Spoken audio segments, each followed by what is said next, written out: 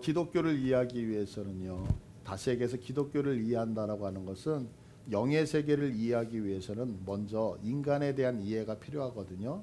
사람에 대해. 근데 성경은 인간에 대해서 어떻게 설명을 하고 있느냐면 인간이 영과 혼과 육을 가진 존재라고 말하고 있어요. 그래서 데살로니가전서 5장 23절을 보니까요, 성경은 이렇게 설명하고 있죠. 평강의 하나님이 친히 너희로 온전히 거룩하게 하시고 또 너희의 온 영, 그래서 우리에게 영이 있다라고 얘기를 해요. 이 영이라고 하는 것은 헬라어로 푸뉴마 이런 단어거든요. 또한 그뿐만 아니라 혼, 푸시케 이런 단어를 써요. 푸시케. 그리고 몸, 소마. 그래서 우리의 몸이 영, 혼, 육 이렇게 구성이 되어졌다라고 얘기를 하고 있어요. 또한 성경도 이런 부분에 대해서 많은 부분에서 성경이 이야기해요. 두 구절만 우리가 한번 찾아보면 이사야서 57장 16절에 보시면요, 내가 영원히는 다투지 아니하며 내가 장구인은 노하지 아니할 것은 나의 지은 그 영과 혼이 내 앞에서 곤비할까. 그래서 하나님께서도 우리의 영과 혼이 있다라고 이렇게 구분을 하셔요. 또한 히브리서 4장 12절 우리가 아주 잘 아는 말씀이잖아요. 하나님의 말씀은 살았고 운동력이 있어 좌우의 날선 어떤 검보다도 예리하여 혼과 영과 및 관절 골수를 찔러 쪼개기까지. 그래서 혼과 영이 있다라고 성경은 분명하게 얘기를 하고 있거든요. 그러나 사실은 혼과 영이 있다고 성경이 이렇게 얘기해도 우리들의 눈에는 혼과 영이 보이지 않죠. 그러나 사실은 성경이 이야기하는 것이 진리이기 때문에 여러분들 안에 이 육신만 있는 게 아니라 혼과 영이 있다라고 하는 것을 여러분들이 믿으셨으면 좋겠어요. 그런데 우리의 영은요, 보이지 않는 그 영은 우리들의 혼이라고 하는 부분에 영향을 많이 받아요. 그래서 우리가 기쁘잖아요. 그러면 우리의 영도 기뻐요. 우리 아까 찬양할 때 여러분들 마음을 내서 하나님을 찬양했는데 내가 하나님을 마음을 다해서 이렇게 높여드리잖아요. 그러면 내 영도 하나님을 높여드려요. 근데 내가 마음이 속상하면 우리의 영도 속상해요. 그것을 성경이 기록하고 있거든요. 또한 우리의 혼이 깨끗하면 내 영도 깨끗하고요. 내 혼이 더러워지기 시작하면 그때부터 내 영도 더러워지기 시작을 해요. 그러다 보니까 우리들의 혼이라고 하는 것은 무척 중요한 영역을 차지하고 있는 거죠. 근데 여러분들 생각해 보세요. 내가 조금 전에 내가 누구누구라고 이름을 불렀어요. 그러면 나 누구라고 얘기할 때 나라고 하는 존재는 무엇일까요? 그거는 나의 혼의 영역을 얘기하고 있는 거거든요. 왜냐하면 그의 혼 안에는 나의 생각이 있고요, 나의 감정이 있고요, 나의 의지가 있고요. 그것뿐만 아니라 우리가 얘기하는 인격이라고 하는 것이 우리의 혼 안에 있기 때문에, 그래서 나라고 하는 것은 뭐냐라고 했을 때 나는 내 혼을 얘기하고 있는 거거든요. 그런데 성경에서 얘기할 때 이 혼이, 나라고 하는 이 혼이 어떤 결정을 하느냐에 따라서 우리가 물질적 세계인 3차원의 세계를 살아갈 수도 있고요, 내 혼이라고 하는 것이 어떤 결정을 하느냐에 따라서 내가 영적인 4차원의 세계를 살아갈 수도 있다는 거예요. 그러니까 지금 여러분들이 이 자리에 앉아서 혼을 가지고 제 이야기를 어떻게 듣느냐에 따라서 여러분의 인생이 갈라진다라고 성경은 분명하게 얘기를 하고 있거든요. 근데 성경은 사람을 구분할 때 어떻게 구분하냐면 세 종류로 성경은 구분을 해요. 사람을 몇 개의 종류로 구분한다고요? 세 개의 종류. 한번 여러분들이 나는 지금 어떤 종류의 사람인지 여러분이 좀 확인을 하셨으면 좋겠어요. 고린도전서 2장 14절을 한번 볼까요? 고린도전서 2장 14절을 보시면요, 이렇게 설명하고 있죠. 육에 속한 사람은 이렇게 되어져 있어요. 어디에 속한 사람이요? 육에 속한 사람. 이것이 헬라어로 어떻게 되냐면 푸시키코스 이렇게 되어져 있어요. 근데 마지막에 그 코스라고 하는 단어는 뭐냐면 모모의 영향을 받다 이런 단어예요. 그러니까 푸시키코스 그러면 모모의 영향을 받는 사람. 근데 어떤 영향을 받는 사람이요? 육의 영향을 받는 사람 이렇게 설명을 하는 거예요. 그러면 육의 영향을 받는다라고 하는 것은 뭐냐면 육, 소마, 이 몸뚱이, 이 몸이 원하는 대로 가면서 영향을 받는 사람을 얘기를 하는 거예요. 그러다 보니까 내 육신이 먹고 싶으면 먹는 거예요. 내 육신이 어떤 성적인 욕구를 원하면 그 성적인 욕구를 그냥 풀어버리는 거예요. 내가 쾌락을 추구한다 그러면 그 육신을 따라서 쾌락대로 살아가는 사람이 있어요. 성경은 이 사람을 뭐라고 하면 육에 속한 사람이다 이렇게 얘기해요. 그런데 이것을 조금 쉬운 말로 얘기하면 아직 구원받지 못한 사람을 육에 속한 사람이라고 얘기를 하는 거예요. 그러니까 이 사람들은 지금 현재 우리의 생명, 내 영이, 혼이 우리의 육신, 소마와 분리가 되어지면 죽음이라고 얘기하는데 분리되어지면 어떻게 돼요?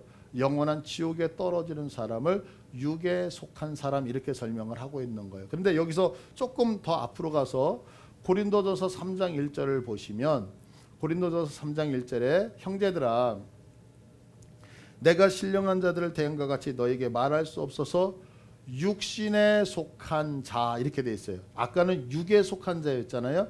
여기서 육신에 속한 자인데 이게 우리나라 말에는 육신이나 육이나 비슷비슷한 것 같지만 헬라어 원문을 보면 약간 달라요. 여기서 육신에 속한 자는 사르키노스 그래요. 사르키노스라고 하는 육체의 육감적인 것을 따라가는 사람 이런 뜻이에요. 이게 무슨 얘기냐면 조금 전에 얘기했던 푸시키코스라고 하는 육에 속한 사람은 이 겉에 있는 몸뚱이를 따라가는 사람을 얘기하는 거예요. 그런데 지금 여기 육신에 속한 사람이라고 하는 것은 뭐냐면 내가 영이 살아났어요. 그러나 영이 살았지만 아직도 영의 세계가 무엇인지 잘 몰라서 영을 가지고는 있지만 육적인 부분을 여전히 추구하는 사람을 얘기를 하는 거예요. 그러면 우리 성경적으로 얘기하면 어떤 분들이냐면 지금 여기에 나오신 분들은 대부분이 육에 속힌 사람보다는 육신에 속한 자거든요. 자, 육신에 속하여서 내가 분명히 하나님이 누구이신지는 알고 교회까지는 왔단 말이에요. 그러나 여전히 내 마음속에는 어떤 욕심이 있어요? 하나님을 따라가는 것보다는 세상이 좋아요. 그래서 내 안에 하나님이 있음에도 불구하고 나가서 술 한잔 마시는 것이 더 행복한 느낌을 받는 거예요. 내가 여전히 하나님을 믿으면서 내가 세상에 나가서 그냥 사람들이 즐기는 그런 문화를 즐기는 것이 나에게 행복하다라고 느끼는 거예요. 그래서 이 사람들은 구분이 되어진다고. 어떻게 구분이 되냐면 두 가지의 마음이 생기는 거예요. 하나는 어떤 마음이면 내가 이렇게 살면 안 되는데 라고 하는 그 생각. 그러나 그 생각이 있음에도 불구하고 내가 연약하고 부족하다 보니까 어떻게 해요? 세상이 원하는 몸이 원하는 쪽으로 가요. 그래서 늘 마음의 갈등을 느끼는 사람이 있다라고 성경은 이야기를 하고 있는 거예요. 이것을 뭐라고 얘기한다고요? 육신에 속한 자. 그런데 또 한 사람이 있어요. 2장 15절로 오시면 신령한 자는 그래요. 여기서 신령한요 푸뉴마티코스 그런데 이것은 영에 속한 사람을 얘기하는 거예요. 그러니까 우리들 안에 이 안에 보시면 내가 예수 그리스도를 믿고 이제는 나는 세상 것 다 없애버리고 나는 육신을 따라가는 것이 아니라 철저하게 하나님의 음성을 따라가겠다라고 믿음으로 살아가는 사람이 있단 말이에요. 그래서 성경은 세 가지 종류로 얘기하는데 어떻게 얘기한다? 육에 속한 사람, 영은 죽어 있고 몸을 따라서 움직이는 사람. 이 사람은 구원받았다 못 받았다?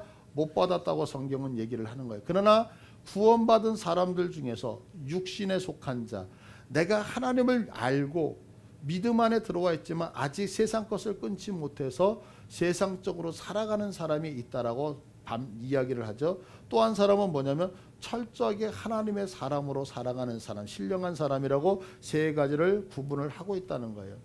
그런데 원래는 모든 사람들이 다 영적인 존재였어요. 다 신령한 존재였단 말이에요. 그래서 하나님의 그 영광을 위해 하나님의 원하시는 삶을 따라서 살았었는데 문제는 뭐냐면 우리가 사단의 유혹에 의하여서 어떻게 되어졌다? 육적인 사람이 되어졌다라고 성경은 이야기를 하고 있는 거죠. 그러니까 우리의 죽었던 이 육의 사람이 육신의 사람이 되거나 신령한 사람이 되기 위해서는 반드시 해야 되는 작업이 하나가 있는데 그게 뭐냐면 우리가 갖고 있는 이 지정의라고 하는 혼을 통하여서 예수 그리스도를 영접하셔야 되는 거예요. 믿으시면 아멘. 네, 예수 그리스도를 영접해야지만 그 사람은 육의 사람에서 육신의 사람으로 육신의 사람에서 신령한 사람으로 변화가 되어진단 말이에요. 그런데 중요한 것이 있어요. 그건 뭐냐면 육의 사람에서 육신의 사람으로 육신의 사람에서 신령한 사람으로 왔던 육신의 사람과 이 신령한 사람은 절대로 구원에서 탈락된다 안 된다? 절대로 탈락되지 않고 연약한 가운데서도 계속해서 살아가고 있다라고 하는 거예요. 이게 무슨 얘기냐면 보세요. 여러분들 죽은 시체와 병원에서 식물인간으로 살아가는 사람은 차이가 있나요? 없어요? 거의 차이가 없죠. 누워있는 건 똑같아요. 그러나 식물인간으로 가는 그분을 향해서 죽었다라고 얘기하지 않죠. 왜요? 살아있는 그거와 같이 내가 하나님을 믿지만 믿음의 생활을 못하는 식물인간과 같은 영적인 상태가 있다는 거예요. 내가 하나님을 믿지만 세상 사람들이 하는 것처럼 악한 행동들을 계속해서 하는 사람이 있다는 거예요. 그러나 그 사람을 향하여 죽었다고 얘기하지 않는다는 거예요. 성경은 어떻게 얘기한다고요? 살아있다라고 얘기한다는, 그 사람이 누구냐? 육신의 사람이다라는 거죠. 그래서 성경은 우리들에게 이 육신의 사람들에게 요구하는 성경이 있다는 거예요. 어떤 성경이 있느냐면 갈라디아서 5장 17절을 보니까요. 갈라디아서 5장 17절. 육체의 소욕은 성령을 거스리고 성령의 소욕은 육체를 거스리니 이 둘이 서로 대적함으로 너희의 원하는 것을 하지 못하게 하려 함이다. 그러니까 우리의 의지를 동하여, 우리의 지정의 중에 의지를 동원하여서 여러분들이 말씀 앞에 순종하면 어떤 사람이 되냐? 신령한 사람이 되어지는 거고, 순종하지 아니하면 내가 육의 사람에서 육신의 사람으로 넘어왔잖아요. 육신의 사람으로 세상 사람들이 봤을 때 잘 구분되지 않는 그런 모습으로 산다라고 성경은 얘기를 하고 있는 거죠. 그러나 중요한 것은 육신의 사람이 육의 사람으로 돌아간다 안 들어간다? 절대로 안 들어가시는 걸 믿으셔요. 자, 이렇게 영적 전쟁은 어디에서 나타난다? 혼의 영역에서 나타난다고 얘기를 하는 거예요. 왜냐하면 혼은 바로 그 사람이기 때문에 그래요. 그래서 그 사람의 혼의 영역을 하나님도 부여잡기를 원하시고 사단도 부여잡기를 원하는 거예요. 그래서 날마다 그 안에 우리의 생각이라고 하는 영역 안에서 전쟁이 일어날 때에 여러분들이 무엇을 선택하느냐에 따라서 여러분의 인생이 완전히 바뀐다는 거예요. 자, 그러면 죄라고 하는 것이 뭘까요? 죄라고 하는 것은요, 성경에서 말할 때 관역을 벗어났다는 거예요. 하말티아라고 하는 단어를 쓰는데요. 자, 제가 활을 들고 섰어요. 저 앞에 표적판이 있어요. 활을 딱 쏘면 가서 그 표적판에 가서 맞아야 되는데 이 활이 벗어난 거예요. 이것을 조금 더 쉽게 얘기하면 하나님이 우리를 창조하셨다라는 거 믿으시죠? 자, 하나님이 누군가를 만들었다라고 하는 것은 왜 만드냐면 그냥 이 얘기는 없어요. 그냥 만드는 경우는 없단 말이에요. 만드셨다는 얘기는 반드시 목적이 있다는 얘기예요. 여기 마이크가 있는데요. 마이크는 왜 만들었을까요? 마이크는 소리를 증폭시키기 위해서 만들었죠. 여러분들이 보셨을 때 이 나무 어때요? 쓸모가 있는 것 같아요? 없는 것 같아요? 없는 것 같아요. 그런데 이 나무의 목적은 집을 꾸미고 가구를 만드는 데 쓰는 게 아니라 관상용으로 만들어 놓은 거거든요. 그래서 이 나무는 강단 앞에 있어서 여러분이 보고 아, 예쁘다, 아름답다, 녹색이, 이렇게 여러분이 보고 여러분의 마음을 충족만 시키면 된다 안 된다? 되는 거라. 이게 목적이에요. 그런데 죄라고 하는 것은 뭐냐면 하나님이 여러분을 만드셨을 때에 여러분에게 다 목적을 두고 만들었는데 그 목적을 벗어난 것이 뭐냐? 이 벗어난 것이 죄라고 성경은 분명하게 기록을 하고 있다는 거죠. 자, 그러면 이 죄 속에 있는 사람들은 어떻게 되어지느냐라고 했을 때 우리가 요한일서 3장 8절을 보니까요. 죄를 짓는 자는 마귀에게 속하였나니. 자, 죄가 뭐라 그랬어요? 죄는 내가 있어야 될 목적을 벗어난 거예요. 그러니까 내가 있어야 될 그 목적지를 벗어난 것이 죄인데 그 죄를 짓는 자는 성경이 뭐라고 얘기하냐면 마귀에게 속했다라고 얘기를 하고 있는 거예요. 자, 그러면 여러분들 한번 여기 적용해 보자고요. 학생은요, 어느 자리에 있어야 될까요? 학생이라고 하는 것은 내가 무엇인가를 배우는 자잖아요. 그러면 학교에 가서 배워야 되는 그곳이 내가 있어야 될 자리인데 학생이 그 자리를 벗어났어요. 벗어난 것을 성경은 뭐라고 하냐면 죄라고 얘기를 하는 거예요. 자, 내가 어떤 결혼 생활을 하고 있어요. 결혼 생활을 하고 있는데 내가 남편이에요. 내가 아내예요. 자, 남편과 아내는 가정을 지켜야 될 의무가 있어요, 없어요? 있죠. 근데 그 자리를 벗어난 것을 우리는 세상적으로 뭐래요? 외도를 했다라고 해야 되나? 그래서 범죄가 되어지는 거예요. 자, 그러면 여러분들은 인생을 살아가시면서 어때요? 나에게는 부모님이 계시잖아요. 자, 부모님이 있다라고 하는 것은 부모님의 위치가 있다는 거거든요. 자, 부모님의 위치는 뭐냐면 자녀를 사랑으로 양육하여 내 자녀가 잘 되도록 하나님 앞에서 살아가는 위치가 있는 거예요. 근데 부모가 힘들다, 어렵다, 고통스럽다 그래서 자녀를 내버리면 위치를 벗어나게 되어졌죠. 벗어난 그것이 그 부모에겐 죄가 되어지는 거예요. 거꾸로 얘기해서 자녀는요, 부모의 보호하심 속에서 부모를 공경하는 자리에 있어야 되는 자들이잖아요. 그런데 내가 자녀의 자리를 벗어났다라고 하는 것은 내가 마치 인생을 내가 혼자서 만들어낸 것처럼, 내가 여기까지 온 것이 내가 잘해서 온 것처럼 부모를 무시하고 그 자리를 벗어나게 되어지면 성경은 그를 향하여 뭐라고 얘기한다고요? 죄 지었다라고 얘기를 한단 말이에요. 그러니까 지금 성경이 얘기하는 것은 뭐냐면 하나님이 태초에 나를 창조하셨는데 창조되어져 있는 우리들이 하나님의 통치권 안에 있어야 되는데 하나님의 통치권을 벗어난 것, 이것을 뭐라고 하냐? 이것을 죄. 그런데 이것을 조금 더 어려운 얘기로 이것이 근본적인 죄다 그래서 원죄 이렇게 얘기를 하는 거예요. 그러면 이 원죄가 있으면 어떤 문제가 생기냐 보세요. 내가 목적을 이탈하고 나니까 목적을 이탈할 자가 이제는 하나님의 목적을 벗어나서 열심히 나름대로 살아간다고요. 살아가는데 여기 지금 마이크가 있는데요. 여러분들 여기 지금 잔이 있잖아요. 그러면 이 잔에 이 컵의 목적은 뭐죠? 물을 담은 거였어요. 물을 담았는데 이 컵이라고 하는 것이 물을 담는 목적을 벗어나요. 벗어나니까 이것을 가지고서 내가 망치질을 할까 그러면서 이것을 망치질을 막 한다고 생각해 보세요. 그럼 목적에서 벗어나니까 이 컵에는 무리가 갈 수밖에 없고 컵은 깨지게 되어지죠. 왜 깨질까요? 내가 갖고 있는 목적을 벗어났기 때문에 벗어나니까 이 컵은 자기의 목적에서 깨져버린단 말이에요. 여러분들이 있어야 될 그 자리가 있다고요. 내가 자녀면 자녀의 자리에 있어야 되고요. 내가 아버지 부모님이면 부모님의 자리가 있어야 되고요. 내가 목회자면 목회자의 자리에 있어야 된다. 근데 목회자의 자리에 있어야 되는 그 자리를 이탈하게 되어지면 어떤 현상이 나타나면 그 이탈된 곳에서 열심히 살아가는데 그 열심이 목적하고 벗어나 버리니까 우리의 인생 속에 문제가 생기기 시작을 한단 말이에요.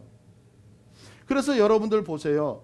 목사가 이 강단을 떠나서 내가 여러 가지 이유 때문에 세상에 나가서 돈을 번다 무엇을 한다 그러면 그것이 복된 것 같지만 복된 것이 아니라 그것으로 인하여 문제가 생긴다는 사실 믿으십니까? 거꾸로 성도들이 하나님 앞에서 주신 달란트를 벗어나서 내가 말을 잘해, 내가 무엇을 잘해, 그래서 내가 여러분의 그 자리가 아니라 이 자리에 와서 무엇인가를 한다라고 했을 때 그것이 목적에서 벗어나기 때문에 문제가 생기기 시작을 한단 말이에요. 그러면 여러분들의 인생 속에서 제가 한번 질문을 던져볼게요. 여러분들 지금 삶이 행복하십니까? 여러분의 인생을 누구한테 얘기할 때 나는 지금 몇 년 살았는데 내 인생은 너무너무 행복하고 너 나처럼 살아봤으면 좋겠어. 내가 너의 롤모델이 되어줄게 라고 하시는 분이 이 중에 몇 분이나 계시는지. 만약에 그렇게 얘기할 수 없다라고 한다면 여러분들 분명하게 한 가지를 생각하셔야 돼요. 내가 있어야 될 자리에서 벗어났다라고 하는 사실을 여러분이 인정하셔야 된다는 거예요. 무당을 전도하는 방법이 있다 그래요. 제가 언젠가도 말씀드렸죠. 무당들을 만나잖아요. 그러면 무당들에게 이렇게 얘기를 하면 된다 그래요. 당신 자녀가 있습니까? 예, 자녀가 있습니다. 그러면 그 자녀도 당신처럼 무당이 되기를 축복합니다. 그러면 뺨 맞는다 그래요. 무당은 자기의 자손 중에서 자기의 대를 이어서 무당되는 것을 절대로 원하지 않는다 그래요. 왜 그럴까요? 내가 그 무당의 행동을 하면서도 행복하지 않은 거예요. 여러분들이 저한테 오늘 말씀해 보세요. 이따가 밥을 먹을 때 목사님의 자녀가 몇입니까? 저 둘 있거든요. 그 자녀가 뭐 되기를 원합니까? 라고 했을 때 저는 뭐가 되기를 가장 소원할까요? 왜일까요? 이 자리가 가장 행복한 자리이기 때문에 그래요. 그럼 이 자리가 어떤 자리예요? 이 자리는 하나님과 가장 수직적으로 있는 이 관계란 말이에요. 이것이 가장 행복. 여러분이 보셨을 때 여기 있는 김 목사가 불쌍하고 여러분들이 보셨을 때 여기 있는 제가 힘들어 보일지 모르지만 죄송한 얘기지만 저는 여러분들이 불쌍해요.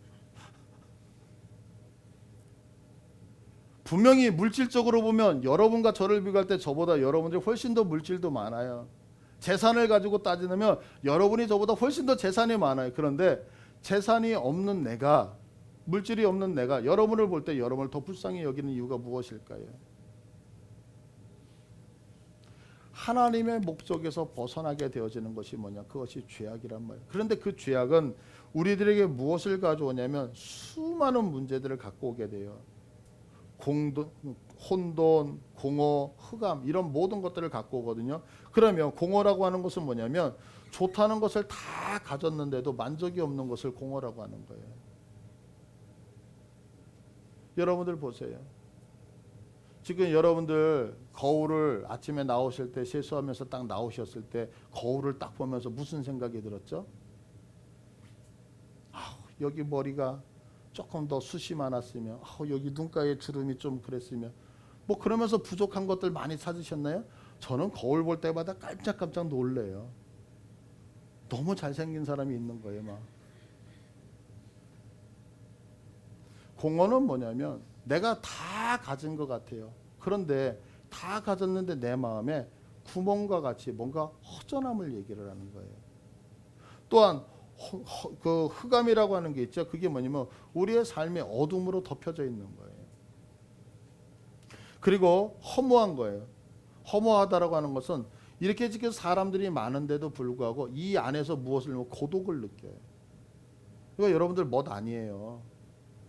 성경은 분명하게 얘기하는 게 뭐냐면 우리의 인생 속에 공허가 있고요, 흑암이 있고요, 허무가 있는 거, 그리고 내가 인생을 살아가는데 기쁘지 않고 희망이 없다라고 하는 거, 그거는 여러분들 문제가 있다라고 얘기를 하는 거예요. 자, 보세요. 한 가지만 예를 들어 드릴게요.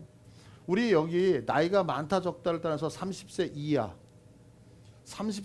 분들을 보면, 자, 30대 위에 계시는 분들이 30세 이하의 여러분들을 보면서 무슨 생각을 하고 있냐면 나도 저 나이로 돌아갔으면 행복하겠다 이런 얘기를 하고 있거든요. 나도 저 정도의 피부를 갖고 있으면 참 좋겠다 이러고 여기고 있거든요. 그런데 여쭤볼게요. 지금 30세 밑에 계시는 이 분들, 그렇게 이 위에 계시는 분들이 부러워하는 피부와 인생을 가지고 있음에도 불구하고 여러분들 스스로 행복해하고 계시나요? 왜 행복해하지 않죠? 누군가는 나를 보면서 분명히 부러워하고 있는데 정작 나는 내 인생에 대해서 행복하지 않다는 것은 무엇일까요? 내가 내 위치를 벗어났기 때문에 그렇다라고 성경은 이야기를 하고 있는 거예요. 이것뿐만이 아니에요. 여러분들, 우리가 정신적으로 육체적으로 닥치는 고통들이 있거든요. 이런 고통들이 무엇으로 인하여서? 죄로 인하여서 우리에게 닥쳐왔다는 거예요. 아니, 젊은 사람들이 왜 잠을 못 자요? 인생을 얼마나 많이 살았다라고, 아니 인생의 염려와 근심걱정이가 얼마나 많다라고 해서 그 몇 가지 때문에 여러분들 지금도 끙끙 앓고 있나요? 그러면 지금 그 문제 때문에 잠을 못 자고 지금 그 문제 때문에 인생 속에서 힘들어한다면 앞으로 50이 되고 60이 되고 80이 되고 90이 되면 어떻게 인생을 살 거예요? 성경은 분명히 얘기하는 거예요. 그래서 소망 없는 삶으로 인해서 우리의 저주가 대물림 되어진다고. 무엇 때문에? 죄악의 문제 때문에. 그래서 내가 하나님이 없으면 내 인생 속에서 예수 그리스도가 없으면 행복하게 살 것 같아서, 자유롭게 살 것 같아서 인생 속에서 막 살잖아요. 막 사는데 문제는 그 막삼 속에서 행복하고 자유가 있는 것이 아니라 도리어 내 인생에 대한 불안감이 여러분에게 닥쳐올 수밖에 없다는 거죠. 그래서 이 죄의 문제를 해결하지 아니하면 모든 인생은, 다시 얘기해서 내가 하나님의 목적을 벗어나 있는 그 자리에서 목적대로 다시 돌아오는 인생이 되지 아니하면 그 인생은 결코 행복할 수 없다라고 성경은 우리들에게 분명히 얘기를 해주고 있는 거예요. 자, 그러면 여러분들 생각해 보세요. 내가 지금 하나님의 목적 안에 들어와 있느냐, 목적에서 벗어나 있느냐를 어떻게 할 수 있느냐? 첫 번째는 뭐냐면, 내가 하나님의 목적을 벗어나 있잖아요. 목적을 벗어나 있으면 나타나는 현상이 뭐냐면, 나와 하나님과의 관계가 깨져 있어요. 두 번째 나타나는 현상이 뭐냐면, 하나님과 나의 관계가 깨지면 반드시 나타나는 현상이 뭐냐면, 인간과 인간과의 관계가 깨져버려요. 그래서 내 부모님과 나의 사이가 좋지 않다? 그러면 여러분들 한 번쯤 생각하셔야 돼요. 내 친구와 나의 관계가 좋지 않다? 내가 세상 속에서 사람을 만나는데 누군가의 관계가, 나하고의 관계가 계속해서 깨지고 있다? 이거 성격 탓 아니에요. 아, 제 성격이 안 좋아서 내 성격, 아니 성격 탓 아니에요, 여러분. 세 번째로 나타나는 현상이 뭐냐면, 사람과 자연과의 관계가 깨져버려요. 무엇이 오면? 죄가 들어오면요. 그래서 죄가 들어오면 하나님과 나의 관계가 깨져버렸기 때문에 그것으로 인하여 사람과의 관계가 깨져버리고요, 사람과 자연과의 관계가 깨져버린단 말이에요. 여러분들 인생을 한번 뒤돌아보세요. 내가 분명히 내 성격은 좋은 것 같은데 내 주변의 사람들이 나를 향하여 힐난하거나 손가락질하거나 그래서 사람과의 관계가 안 좋으세요? 그러면 그것은 반드시 여러분이 하나님과의 관계가 잘못되어져 있기 때문이에요. 이 얘기는 무슨 얘기냐면, 내가 하나님과의 관계가 온전해지면 나타나는 첫 번째 현상이 뭐냐면, 사람과 사람과의 관계가 회복되기 시작을 해요. 이거 믿으시길 바라요. 또 한 가지는 뭐냐면, 하나님과 나와 사회가 관계가 온전해지면 자연과 나의 관계가 회복되기 시작을 해요. 그래서 이 중에 혹시 경험이 있으신지 모르겠지만, 내가 예수를 열심히 믿었어요. 하나님을 열심히 믿었다고요. 그래서 내가 회개를 하고 구원의 감격에 내게 첫 번째로 들어왔을 때에, 그 구원의 감격을 가지고 세상에 딱 나갔을 때 여러분이 자연을 봤을 때 어때요? 그 잎사귀들이 나를 축복하는 잎사귀였고, 아스팔트에 떨어졌던 이 눈이 지저분한 게 아니라 너무너무 아름답게 하나님의 나를 축복하기 위해서 뿌려준 그 종이와 같은 그런 아름다움의 모습이었던 거 경험하시나요? 그건 왜 그러냐면, 하나님과의 관계가 회복되면 제일 먼저 사람과의 관계가 회복되고, 두 번째로 사람과 자연과의 관계가 회복되기 때문에 나타나는 현상이라는 거예요. 그러면 여러분들의 인생은 지금 어떠세요? 나와 내 부모와의 관계가 좋습니까? 나와 내 친구와의 관계가 좋습니까? 나와 이웃 사람과의 관계가 좋습니까? 나와 성도들과의 관계가 좋습니까? 좋다라고 하면 여러분의 관계는 하나님과 여러분의 관계가 좋은 거예요. 그러나 만약에 이것이 잘못되어졌다라고 한다면 지금 여러분은 하나님이 나를 세우신 목적에서 벗어나 지금 다른 곳에 가 있기 때문에 그런 거예요. 여러분, 사단이 가장 원하는, 우리들을 유혹하여서 우리를 끌고 가려고 하는 법칙이 뭘까요? 내게 있어야 될 위치를 벗어나게 하는 거예요. 죄송한 얘기지만 왜 지금 한국 교회가 세상 사람들에게 훈계를 듣고 있죠? 왜 교회가 똑바로 살지 못하냐고 왜 훈계를 듣죠? 이유는 딱 한 가지예요. 교회가 있어야 될 위치에 있지 않았기 때문에 그래요. 그 얘기가 무슨 얘기인지 아세요? 교회는 한 번도 돈이 많아야 된다고 성경이 가르친 적이 없었다고요. 그런데 교회는 철저하게 하나님의 말씀 앞에서 살아가야 되는 교회가 그 교회의 위치를 벗어나서 물질을 추구했을 때 세상의 사람들은 욕하기 시작을 했다고요. 하나님 앞에 서 있어야 될 그 위치에서 벗어났을 때에 세상은 교회를 향하여 손가락질을 하기 시작했다. 다시 얘기해서 이 얘기는 뭐냐면, 교회가 하나님 앞에 바로 서게 되어지면 코로나가 오든 뭐가 오든 간에 하나님 앞에서 관계가 회복되어지면 세상의 사람들도 교회를 향하여서 무엇한다? 관계가 회복될 수밖에 없다는 거 믿으세요? 이 얘기는 무슨 얘기냐면 우리의 성격 탓이 아니고 내 기질 탓이 아니고 내가 하나님의 목적에서 벗어났기 때문에 문제가 생기는 거지, 내가 하나님 앞으로 들어오게 되어지면 믿지 않는 자들도 저를 향하여, 믿지 않는 자, 예수 믿는 사람들을 향하여서 칭찬하게 되어진다고요. 제가 목회를 하면서 여러 가지로 이제 어렵고 이래서 선풍기 좀 틀어주세요. 여기 직장을 다녔잖아요. 타이머 돌리세요. 타이머.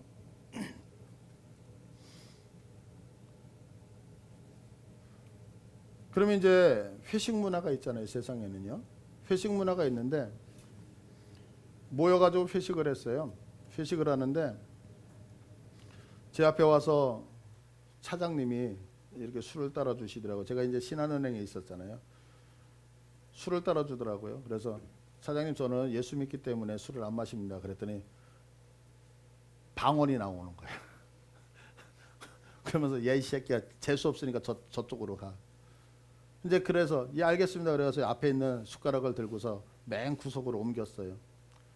그 신한은행에는 이제 지점장 위에 센터장이 있잖아요. 센터장님이 술을, 그래서 햇불주, 여러분들 햇불주 뭔지 아세요? 또 드신 분들 이렇게 맥주 이렇게 해가지고 밑에 불러가지고 햇불줄 딸잖아요. 이렇게 술을 한 잔씩 쫙 딸면서 이제 도는 거예요. 제 차례가 왔어요. 그래서 제가 거기서 점프 그랬어요. 그랬더니 회식 자리가 썰렁해진 거예요. 그 한마디에 점프, 이 단어에. 왜 지금 막 분위기 좋게 한 잔 먹고 막 그러는데 제가 갑자기 점프 그러니까 욕 바가지로 먹었어요. 그날 막 그러다 뭐 계속해서 생활할 때, 회식을 할 때마다 욕을 먹고 구석으로 쫓겨나고 햇불주가 돌 때마다 점프 이유를 했어요. 나중에 그 안에 예수 믿는 사람 분명히 있잖아요. 그렇지 않아요? 그런데 이들이 예수 믿는다는 얘기를 한 번도 하지 못했는데 제가 그렇게 시작하고 나니까 나중에 제 테이블로 이렇게 사람들, 예수 믿는 사람이 모이기 시작을 한 거예요. 그리고 술이 오면 술 안 먹겠습니다. 난 예수 믿습니다라고 거절하면서 자기들끼리 술을 못 즐기게 되는 이런 문화가 생기게 됐어요. 제가 그만두게 됐어요. 회사를. 그만두는 날 신한은행 센터장이 저를 부르더라고요. 그래서 갔어요. 그래서 딱 앉았는데 그분들은 제가 목사인 줄 모르는 거예요. 목사인지 모르는데 그분들이 저한테 하는 얘기가 있는 거예요. 방언을 하면서 저 구석으로 가라는 차장이라는 분이 저한테 이런 얘기를 하더라고요. 김혜수 씨, 당신이 믿는 하나님이라면 나도 하나님 믿을게요. 세상 사람들이 욕하는 것 같죠? 예수 믿는 사람이 술 한 잔 받으면 그래, 술 그렇게 먹는 거야, 잘 어울려야지, 그러면서 세상 사람이 인정하는 것 같죠? 천만의 말씀이에요. 여러분, 앞에서는 칭찬하는 것 같을지 몰라도 그들이 떠나면 예수 믿는 것들 다 저지랄이야, 이렇게 얘기해요. 죄송한 얘기예요. 과격한 얘기해서. 왠지 아세요? 자리를 벗어났기 때문에. 그러나 내가 욕을 먹는 것 같아 그 자리에 들어왔을 때 그들의 평가는 네가 믿는 예수가 진짜야, 나도 네가 믿는 예수라면 그렇게 믿을게. 센터장님이 저를 불렀어요. 앉았어요. 근데 그분이 하시는 얘기가 있어요. 김혜수 씨, 내가 은행 생활 거의 30년을 했는데 난 은행 생활 30년 하면서 당신 같은 사람 처음 봤습니다. 그러면서 하시는 얘기가, 당신은 여기에서 근무할 사람이 아닌데 왜 여기 와 있었죠? 난 그분한테 제가 목사라는 얘기 한 적 없어요. 세상 사람들이 다 보고 있어요. 여러분, 죄송한 얘기지만요. 세상 사람들하고 가정의 평화를 위해서 아니면 세상 사람들과 타협하기 위해서 내 위치를 벗어나는 것이 맞는 것 같아요. 천만의 말씀은 그렇지 않다는 거예요. 내 위치를 여러분들 찾을 수 있는 복됨이 있기를 원해요. 내가 하나님 앞에서의 위치를 찾잖아요. 사람하고의 관계가 회복되기 시작해요. 내가 하나님과의 관계 안으로 들어오게 되면 사람과 자연하고의 관계가 회복되어져 여러분의 인생의 문제들이 해결되기 시작한다고요. 성경은 그것을 분명하게 얘기하는 거죠. 죄는요 우리에게 심각한 부패와 무능력과 무가치한 존재가 되어지는 거예요. 무능력이라고 하는 것은 우리가 선을 행할 능력이 없어지게 된다는 거예요. 무가치하다는 것은 철저하게 내 이익만을 위해서 이기주의적인 사람이 되어진다는 거예요. 어떨 때 내 위치를 벗어나게 될 때요. 그런데 이것보다 더 중요한 것이 있어요. 내가 내 위치를 벗어나서 하나님과의 관계가 깨져 있는 상태에서 계속해서 고집을 부리면 결국에는 그는 영원히 꺼지지 않는 불못에서 지옥으로 들어간다는 사실을 여러분들이 잊지 않으셨으면 좋겠어요. 그러면 이 심각한 죄의 문제를 어떻게 다스려야 되느냐면 히브리서 9장 22절은 이렇게 설명하고 있어요. 우리 다 같이 한번 읽어볼게요. 자, 앞에 떴으니까 시작. 율법을 따라 거의 모든 물건이 피로써 정결하게 되나니 피 흘림이 없은즉 사함이 없느니라. 예, 모든 죄는 딱 한 가지밖에 없는 피 흘림이 있어야 된다는 거예요. 피 흘림이. 그래서 이 피 흘림을 우리에게 허락하시기 위해서 예수님이 이 대가를 치르셨잖아요. 왜? 피는 당연히 죄를 사하게 하는데 나를 위해서 피 흘려줄 자가 없었기 때문이죠. 그래서 성경은 우리들에게 이렇게 설명하고 있어요. 이사야서 53장을 보니까요. 그가 찔림은 예수님이 찔리셨던 것은 우리의 허물 때문이요. 예수님의 상함은 그가 상함은 우리의 죄악 때문이라. 그가 징계를 받음으로 우리는 평안 누리고 그가 채찍에 맞음으로 우리는 나음을 받았도다. 우리는 다 양 같아서 다시 얘기해서 우리는 다 짐승 같아서 그릇 행하여 각기 제 길로 갔거늘 여호와께서는 우리 모두의 죄악을 그에게 예수에게 담당시키셨도다. 예수가 곤욕을 당하여 괴로울 때도 그의 입을 열지 아니하였으면 입을 열지 않은 이유가 뭘까요? 사람들은요 제일 세상에서 억울한 게 뭐예요? 세상에서 제일 힘든 게 뭐예요? 정당한데 핍박당할 때죠. 억울하게 핍박당할 때죠. 억울하게. 그럼 억울하다라고 하는 얘기는 뭐냐? 입을 열어야 될 거 아니에요. 지금 예수님 죄 있어요? 없잖아요. 예수님이 잘못했어요? 잘못 안 했잖아요. 그러면 예수님이 입을 열면 뭐가 돼요? 변명이 되어지잖아요. 그러니까 예수님이 입을 다물었다는 거예요. 왜? 네가 지은 죄를 짊어져야 되니까 입 다물고 있겠다는 거죠. 그래서 예수님이 입을 다물었어요. 그래서 마치 도수장으로 끌려가는 어린 양과 털 깎는 자 앞에서 잠잠한 양같이 그의 입을 열지 아니하였도다.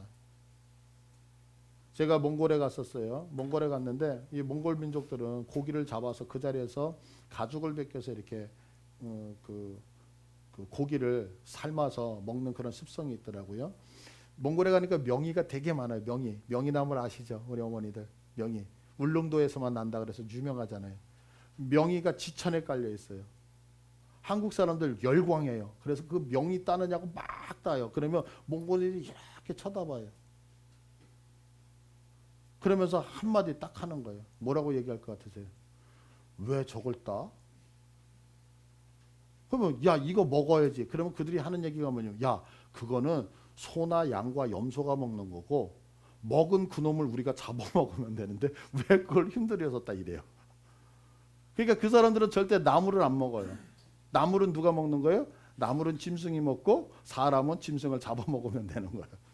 그러니까 명의가 지천에 깔려 있어요. 그런데 거기에 계셨던 분이 선교사님이 이제 목회자들이 갔으니까 보여주겠다고 그래서 2마리를 잡았어요. 양 1마리, 염소 1마리. 근데 양 1마리, 염소 1마리를 잡는데요. 제가 그거 보면서 얼마나 울었는지 몰라요. 왜 울었느냐면 염소를 죽일 때는요. 염소를 잡을 때는요. 망치로 뇌를 한 대 빡 쳐서 기절을 시켜요. 왜 기절을 시키냐면 염소는 가만히 죽지를 않아요. 뿔로 들이받아요. 그래서 기절을 시켜서 죽여서 가죽을 벗기는 거예요. 근데요. 양은요. 자기가 죽는다는 걸 알고 있는데도 순순히 죽어요. 그래서 양은 맞지 않고 죽어요. 그 양 잡는 것을 보면서 제가 큰 걸 느낀 거예요. 주님이 힘이 없었나요? 능력이 없었나요? 아니에요. 주님은 힘도 있었고 능력도 있었고 대항할 수도 있었는데 십자가에 못 박을 때 몸부림치지 않으셨던 것 같아요. 왜요? 여러분들 몸부림친다는 거 뭐예요? 죽지 않겠다는 거잖아요. 아버지요. 나는 이것을 원하지만 아버지의 뜻이라면 못 박을 때 얼마나 고통스러워요. 그런데 그 못을 내가 다 받아들이고 있었다는 거예요. 누구 때문에? 나 때문에. 왜? 피 흘림이 있어야지만 죄를 사함 받으니까요. 자, 그러면 어떻게 하면 될까요? 죄의 문제 너무너무 간단해요. 그렇게 죽으셨던 예수 그리스도 내 입으로 시인하라는 거예요. 영접하라는 거예요. 그래서 로마서 10장 9절에 이렇게 설명하고 있죠.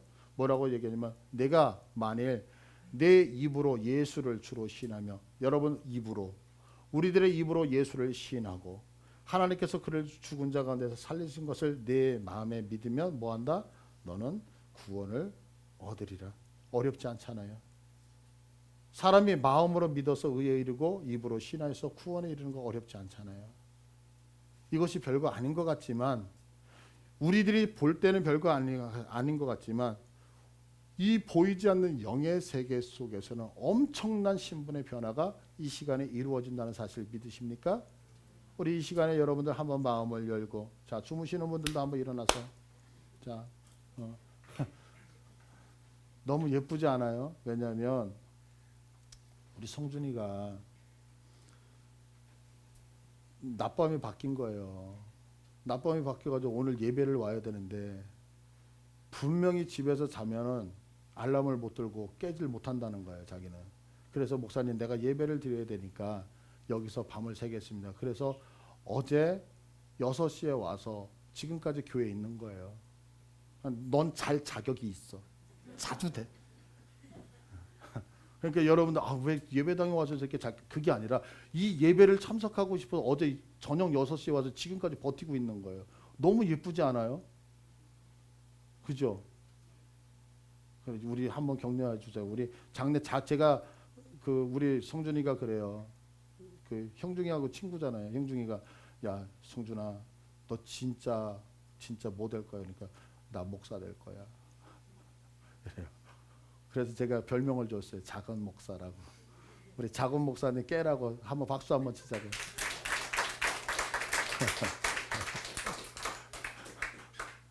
자, 이제 고백하는 시간이야. 성경은 너무 쉽잖아요. 우리 죄의 문제 해결돼야지만 행복하잖아요. 근데 죄의 문제 어떻게 해결돼요? 핏값으로 인하여. 핏값, 예수 입으로 신하여 구원에 이른다고 했으니까, 예수님 내 마음에 들어오세요. 예수님이 나의 주님이십니다. 이 고백 너무 쉽잖아요. 그죠? 자, 여러분들 가슴에 한 번 더 손을 얹고서 우리 이 고백했으면 좋겠어요. 예수님이 나의 주님이십니다. 예수님이 내 마음에 들어와 주세요. 예.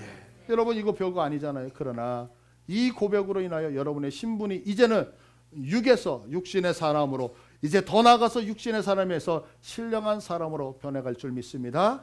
여러분, 힘들어도 어려워도 여러분이 계시는 그 자리로 돌아오신다면 여러분의 삶은 이제는 행복해지실 것입니다. 우리 찬양하겠습니다. 우리 가사를